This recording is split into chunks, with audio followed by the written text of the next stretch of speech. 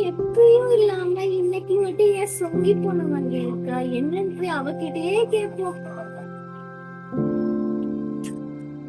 ஏன் ஜெஃப் நான் ரொம்ப சேடா இருக்கு? எப்பயுமே நீ சொங்கி போன மாதிரி இருக்க மாட்டேன், ஏன் இன்னைக்கு ரொம்ப மட்டும் அதிசயமா சேடா இருக்க? அக்கா நாளைக்கு ஸ்கூல் போடணும், அதனால எனக்கு ரொம்ப பயமா இருக்குக்கா.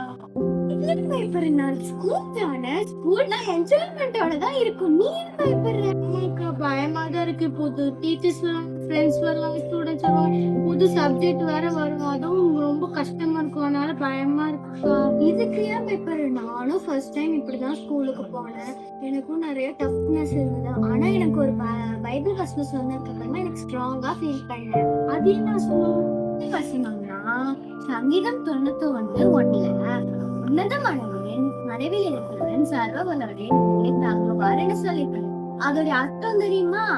அது என்னன்னா, உன்னதமானவர் நம்ம கூட எப்பொழுதுமே இருப்பாரு, அவருடைய நிழல் நம்ம கூட எப்பொழுதுமே இருப்பாரா, எங்க போனாலும் நம்ம கூடயே இருப்பாரா.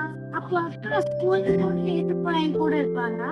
கண்டிப்பா இருப்பாரு. நீ ஸ்கூலுக்கு போனாலும், டைனிங் ஹால் கூட போனாலும், நீ எக்ஸாம் எழுதும் போது கூட அவர் உனக்கு ஹெல்ப்ஃபுல்லா இருப்பாரு.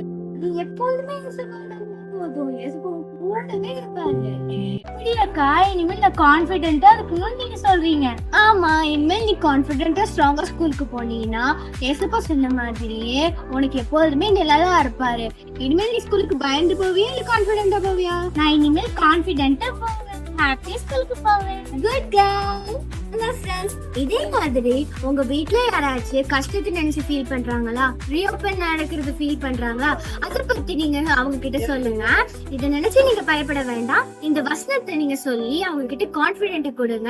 அப்போ அவங்க எல்லா கஷ்டத்திலயும் எல்லா ஸ்கூல் ரீஓபன்ஸ்லயும் அவங்க கான்பிடென்ட்டா ஹாப்பினஸோட போவாங்க. இதே வசனத்தை நான் உங்களுக்கு சொன்ன மாதிரியே இதை போய் உங்க ஃப்ரெண்ட்ஸ் இல்லைன்னா உங்க சிப்லிங்ஸ் கிட்ட சொல்லுங்க.